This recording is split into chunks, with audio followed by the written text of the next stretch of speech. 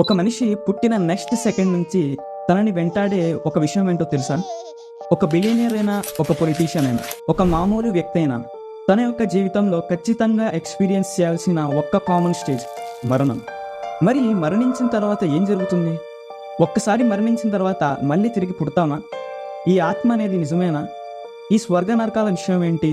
Hello viewers, welcome to అసార్టింగ్ కన్స్. రాహుల్ అనే ఒక యువకుడు చిన్నప్పటి నుండి తన యొక్క గోల్ మీద చాలా బాగా ఫోకస్ చేసి తన యొక్క డ్రీమ్ జాబ్ని సంపాదిస్తాడు. అయితే తన యొక్క శాలరీ ఎంతో తెలుసా? అక్షరాల 2 లక్షల రూపాయలు. అయితే జాబ్ వచ్చిన ఆనందంలో అతను తన ఇంట్లో వాళ్ళకి ఈ విషయాన్ని తెలియజేయడం కోసం స్పీడ్గా బైక్ డ్రైవ్ చేసుకుంటూ సడన్గా ఒక పెద్ద యాక్సిడెంట్ అనేది చేస్తాడు. అంతే, జనాలందరూ గుంపుగా చేరిపోతారు. అయితే ఆ జనాలతో పాటు రాహుల్ కూడా ఏం జరిగిందో చూడడానికి వెళ్తాడు.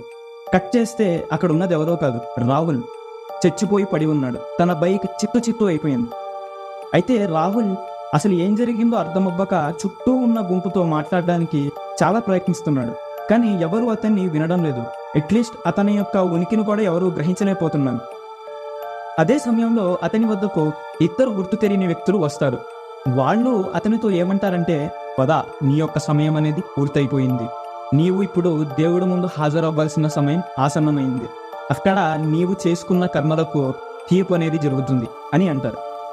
మన ధర్మగ్రంథాల ప్రకారం ఒక మనిషి చచ్చిపోయిన తర్వాత తన యొక్క ఆత్మ అనేది నశించదు. అది తీర్పు దినం కోసం వేచి ఉంటుంది. ఎప్పుడైతే ప్రళయ దినం అనేది వస్తుందో అప్పుడు ఆ మనిషి అనేవాడు తిరిగి లేపబడతాడు. మనకి ఒక సందేహం రావచ్చు, ఏంటి, ఒక మనిషి చచ్చిపోయిన తర్వాత ఒకవేళ అతన్ని మనం కాలుస్తే తన యొక్క దేహం అనేది బూడిదైపోతుంది. లేదు, అదే ఆ మనిషిని పాతి పెట్టడం జరిగితే తన యొక్క దేహం కుళ్ళిపోయి మట్టిలో కలిసిపోతుంది.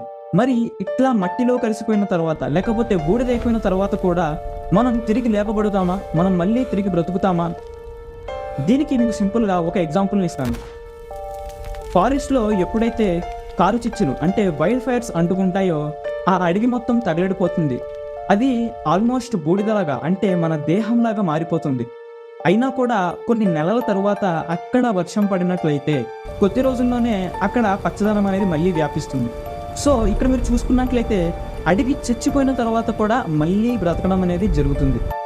లేదు, ఇది చెట్టు, మనం మనిషి, రెండు వేరు అనుకుంటే మీకు ఇంకో ఎగ్జాంపుల్ ఇస్తాను. సపోజ్ మీరు పుట్టకముందు ఎక్కడున్నారు? మీ యొక్క తల్లి గర్భంలో ఉన్నారు. లేదు, అసలు మీ తల్లిదండ్రులకి పెళ్ళే అవ్వలేదు అనుకోండి, మీ యొక్క ఉనికి ఈ విశ్వంలో ఉంటుందా? ఎంత మాత్రమూ ఉండదు. మరి మీ యొక్క ఉనికి విశ్వంలో లేనప్పుడే మిమ్మల్ని పుట్టించిన దేవుడు మీరు చచ్చిపోయి మీ యొక్క అవశేషాలు మిగిలిన తర్వాత వాటి నుండి మిమ్మల్ని పుట్టించలేడు అనుకుంటున్నారా? ఫ్రెండ్స్, మీరు నా ఛానల్ సబ్స్క్రైబ్ చేసుకుని నాకు ఇచ్చిన సపోర్ట్కి ధన్యవాదాలు. ఎవరైతే ఈ వీడియోని చూస్తున్నారో మీరు కూడా ఈ ఛానల్ని తప్పకుండా సబ్స్క్రైబ్ చేసుకోండి, బెల్ ఐకాన్ని నొక్కండి. అయితే మనం మన వీడియోలోకి వెళ్ళిపోతాం. సో మన ఈ 2 ఎగ్జాంపుల్స్ని చూసినట్లయితే మరణించిన తర్వాత మళ్ళీ లేపబడతామనే దానికి ఒక పాసిబిలిటీ అయితే ఉంది. మరి పాసిబిలిటీ ఉన్నంత మాత్రాన అది ఎగ్జాక్ట్గా జరగాలని రూలేం లేదు కదా. మరి మనం ముందు తెలుసుకోవాల్సిన విషయం ఏంటంటే, మరణాంతర జీవితం యొక్క ఆవశ్యకత ఏంటి? మళ్ళీ మనల్ని దేవుడు ఎందుకు పుట్టించాలనుకుంటున్నాడు? తీర్పు ఎందుకు చేయాలనుకుంటున్నాడు? దీనికి మన ధర్మ గ్రంథాలు ఇచ్చే సమాధానం ఏంటంటే, ఈ పరీక్షలో మనిషి ఎన్ని మంచి పనులు చేసుకున్నాడు లేకపోతే ఎన్ని చెడ్డ పనులు చేసుకున్నాడు, దీని యొక్క తీర్పు అనేది అక్కడ ప్రళయ దినం నాడు జరుగుతుంది అని చెప్పి సమాధానం ఇస్తున్నాయి. మనకి ఒక డౌట్ రావచ్చు, భూమి మీద లా అండ్ ఆర్డర్ లేదా? న్యాయ వ్యవస్థ లేదా? ఇవన్నీ ఉన్న తర్వాత కూడా మళ్ళీ ఇంకోసారి తీర్పు జరగాల్సిన అవసరం ఏంటి అంటే, మనం ప్రాక్టికల్గా మాట్లాడుకున్నట్లయితే మన కంటికి తెలియని లేకపోతే ఈ లా అండ్ ఆర్డర్కి చిక్కని అనేక నేరాలు అనేవి జరుగుతాయి. మరి దాంతోపాటు ఒకవేళ నేరస్తుడు పవర్ఫుల్ పర్సన్ అంటే ఒక పొలిటీషియనో ఒక బిలియనియరో అయ్యుంటే అతన్ని శిక్షించే సామర్థ్యం, శక్తి అనేది మన యొక్క న్యాయ వ్యవస్థకు లేదు. ఫర్ ఎగ్జాంపుల్, రీసెంట్గా వచ్చిన ఎపిస్టీన్ ఫైల్స్ దాదాపు అల్లకల్లోలం చేసేసింది. ఎందుకంటే ఎపిస్టీన్ ఐలాండ్లో పసిపిల్లల మీద అత్యాచారాలు జరిగినాయి. ఈ విషయాన్ని విని మనం హడలెత్తిపోయాం. కానీ ఈ క్రైమ్లో ఇన్వాల్వ్ అయి ఉన్న అందరికీ శిక్ష పడిందా? పడలేదు. ఇదే విషయం మాటిమాటికి సోషల్ మీడియాలో ట్రెండ్ అవుతూ ఉంది. ఇంత ప్రెజర్ పెట్టిన తర్వాత కూడా మనం వారిని శిక్షించలేకపోయాం. ఎందుకంటే దీనికి కారణం ఆ క్రిమినల్స్ అనేవాళ్ళు బిలియనర్స్, దాంతోపాటు పవర్లో ఉన్న వ్యక్తులు. వీళ్ళు న్యాయ వ్యవస్థని మ్యానిపులేట్ చేయగలరు. మరి ఈ ఎపిస్టీన్ ఫైల్స్లో ఉన్న బాధితులకి న్యాయం జరిగిందా? అసలు వాడికి న్యాయం జరగాలని అంటారా? మీరు అనుకుంటున్నారా? సో దీనికి సమాధానమే ప్రళయ దినం లేకపోతే చచ్చిన తర్వాత పుట్టుక. ఇక్కడ ఏం జరుగుతుందంటే దేవుడు అందరినీ సమావేశపరిచి ప్రతి ఒక్క మనిషి తన జీవితంలో ఏ కర్మలను చేసుకున్నాడో లెక్క తీసుకోవడం అనేది జరుగుతుంది. ఒకవేళ అతను నేరస్తుడిగా తేల్చబడితే ఎంత పవర్ఫుల్ వ్యక్తి అయినా అతనికి శిక్ష పడుతుంది. అందుకే మనకి మరణాంతర జీవితం అనేది ఎంతో ముఖ్యం. అయితే ఇప్పుడు మనకి పాజిబిలిటీ ఉంది, దాంతోపాటు ఆవశ్యకత ఏంటో కూడా తెలిసింది. అయితే తీర్పు అయిపోయిన తర్వాత ఈ వ్యక్తుడి యొక్క పొజిషన్ ఏంటి? ఇక్కడే మనకి స్వర్గ నరకాల ఎంట్రీ అనేది ఉంది. స్వర్గం, నరకం ఈ రెండు 2 డిఫరెంట్ వరల్డ్స్. స్వర్గం ఒక గిఫ్ట్ అయితే నరకం అనేది ఒక పొజిషన్. మనం ఇందాక చెప్పుకున్నట్టు జీవితం అనేది ఒక పరీక్ష. మరి పరీక్షలో పాస్ అయిన వాళ్ళకి ఒక గిఫ్ట్ ఇవ్వాలి కదా, ఆ గిఫ్టే స్వర్గం. మరి ఫెయిల్ అయిన వాళ్ళకి ఒక పనిష్మెంట్ కూడా ఉండాలి కదా, అదే నరకం. స్వర్గం, నరకాలు అనేవి శాశ్వతమైనవి. అంటే ఇందులో మళ్ళీ చావడం, పుట్టడం అనేది ఉండదు. స్వర్గంలో చూసుకుంటే అనంతమైన సుఖం. దీని గురించి మన దివ్య గ్రంథాలు చాలా డీటెయిల్గా ఎక్స్ప్లెయిన్ చేస్తున్నాయి. అక్కడ మనం పూర్తి యవ్వనులుగా ఉంటాం.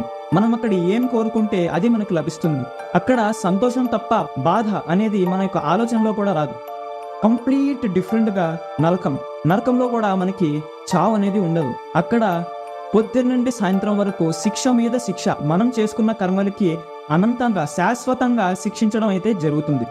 అక్కడ ఆ బాధ తట్టుకోలేక మనం నాకు మరణం కావాలి అని చెప్పి అడుగుతాం, కానీ మనకి మరణం సంభవించదు. అయితే ఇప్పుడు మీకు ఒక డౌట్ రావచ్చు. మనం పాత వీడియోస్లో ఏమని చెప్పుకున్నాం అంటే దేవుడు అత్యంత శక్తివంతుడు, అంతేకాకుండా దేవుడు చాలా కరుణామయుడు, మెర్సిఫుల్ అని చెప్పి చెప్పుకున్నాం. మరి ఇంత శక్తివంతుడైన దేవుడు అసలు ప్రపంచంలోనే పాపాలు జరగకుండా ఆపేయచ్చు కదా, నేరం జరగకముందే ఆపేయచ్చు కదా, బాంబ్ బ్లాస్ట్ జరగకముందే ఆపేయచ్చు కదా. లేకపోతే అంత కరుణామయుడు మనం 70 సంవత్సరాలు చేసుకున్న పాపాలకి అనంతంగా అంటే శాశ్వత కాలంగా ఎందుకు శిక్షిస్తున్నాడు? 70 ఏళ్ళు చేసుకుంటే 70 ఏళ్ళ శిక్షణ ఇవ్వచ్చు కదా. ఇలాంటి డౌట్స్ అనేవి మనకి వస్తాయి. మరి వీటికి సమాధానం మీరు తెలుసుకోవాలంటే ఖచ్చితంగా మీరు చూడాల్సిన వీడియో ఏంటంటే మరణాంతర జీవితం పార్ట్ 2. మన యొక్క ఛానల్ని సబ్స్క్రైబ్ చేసుకోండి.